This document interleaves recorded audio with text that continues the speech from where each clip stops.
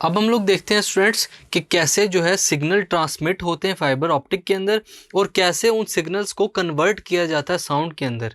Fibre optics का ये use बहुत ही इंपॉर्टेंट है, आइए इसके बारे में डिस्कस करते हैं। जो फाइबर ऑप्टिक का कम्युनिकेशन सिस्टम होता है स्टूडेंट्स, वो 3 मेजर कंपोनेंट्स के ऊपर रिलाय कर रहा होता है।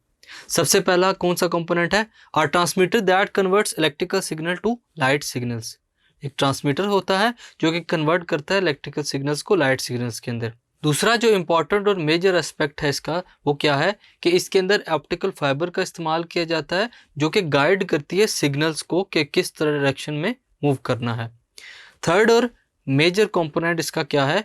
लास्ट में एक रिसीवर होता है जो कैप्चर करता है उन लाइट सिग्नल्स को जो ट्रांसमीटर कन्वर्ट करता है अदर एंड के ऊपर, फाइबर ऑप्टिक के ऊपर, और उसको रिकन्वर्ट करता है किसके अंदर? इलेक्ट्रिकल सिग्नल्स के अंदर।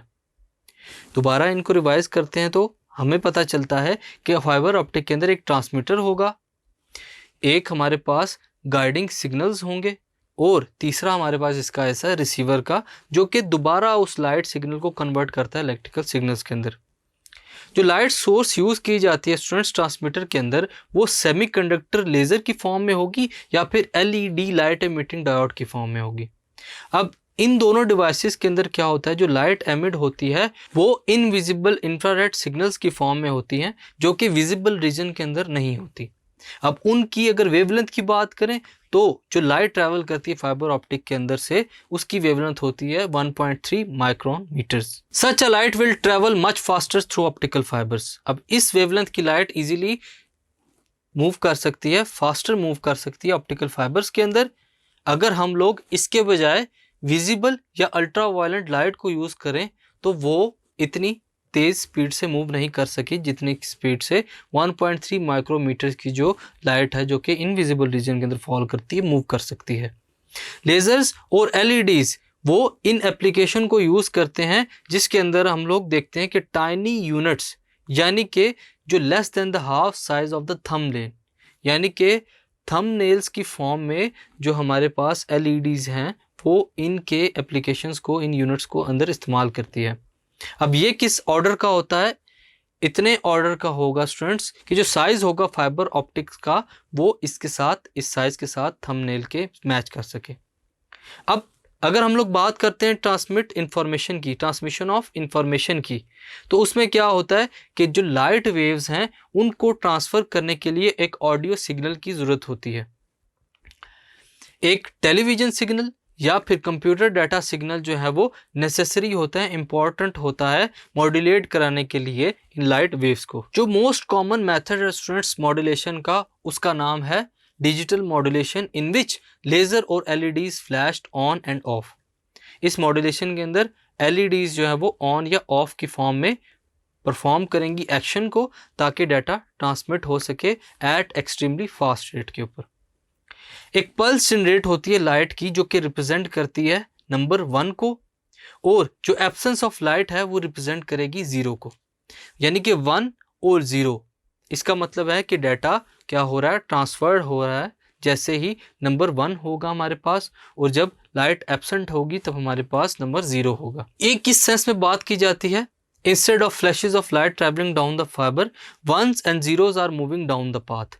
अब अगर हम लोग फाइबर ऑप्टिक की बात कर रहे हैं तो इसकी क्या सेंस बनती है कि जो फ्लैश लाइट्स हैं स्टूडेंट्स वो फाइबर ऑप्टिक के अंदर वंस और जीरोस की फॉर्म में मूव करती हैं। With computer type equipment any communication can be represented by a particular pattern और code of these ones and zeros.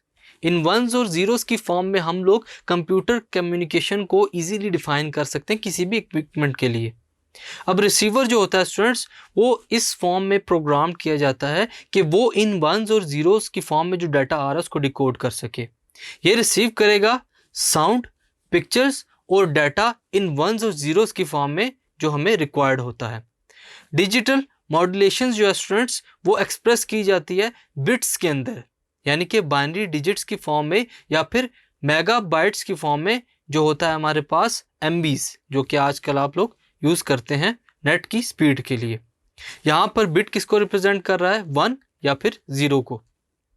Despite the ultra purity 99.99% glass of the fibre optic cable the light signal eventually become dim and must be regenerate by devices called repeaters.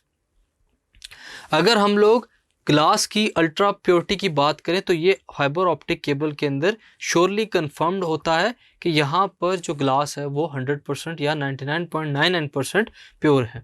अब जो light signals जो हैं students, इसके अंदर eventually dim भी हो जाते हैं और दोबारा रीजनरेट भी होते हैं, जिसको हम लोग क्या कहते हैं, रिपीटर्स। इन रिपीटर्स की मदद से जो लाइट सिग्नल्स हैं वो रीजनरेट होते हैं। ये कहाँ पर होते हैं students? Repeaters are typically placed about 30 kilometre apart. 30 kilometre दूर इनको रखा जाता है फाइबर ऑप्टिक केबल के अंदर। लेकिन जो नए सिस्टम्स आ रहे हैं उसके अंदर जो सेपरेशन है रिपीटर्स के दरमियान में वो कितनी है? About 100 kilometres. बात करते हैं एंड ऑफ ऑप्टिकल फाइबर की। तो लास्ट में हमारे पास फोटो डायोड लगा होता है स्टूडेंट्स, वो कन्वर्ट करता है लाइट सिग्नल्स को, जो कि एम्पलीफाइड और डिकोड किए जाते हैं। किसको? जो डिवाइस है, रिसीविंग डिवाइस, उसको।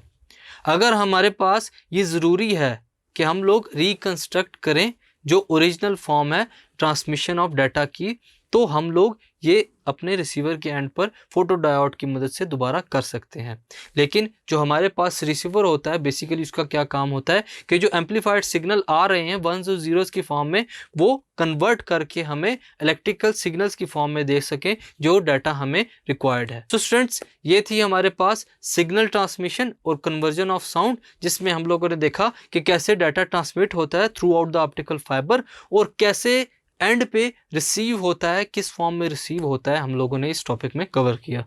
Thank you.